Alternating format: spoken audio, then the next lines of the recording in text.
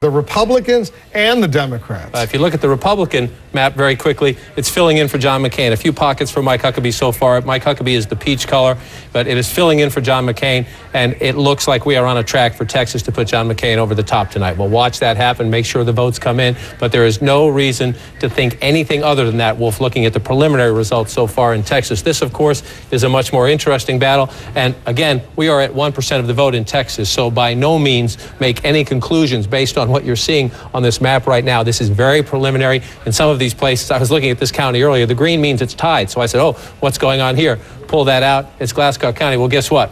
It's 1 vote to 1 vote.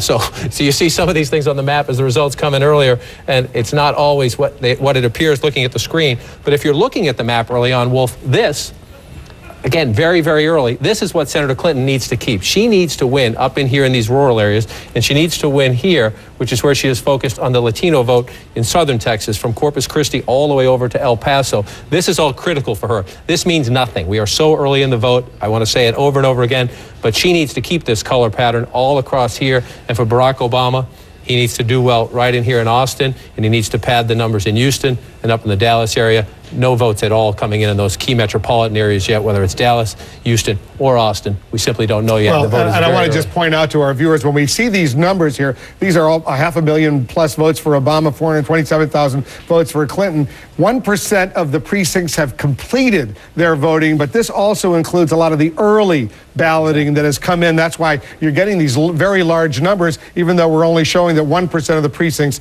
have reported. Exactly right. We have some numbers from early voting, but as you look at the big cities here, Houston, Austin, up here in Dallas, they're still white because we're not getting the results in yet.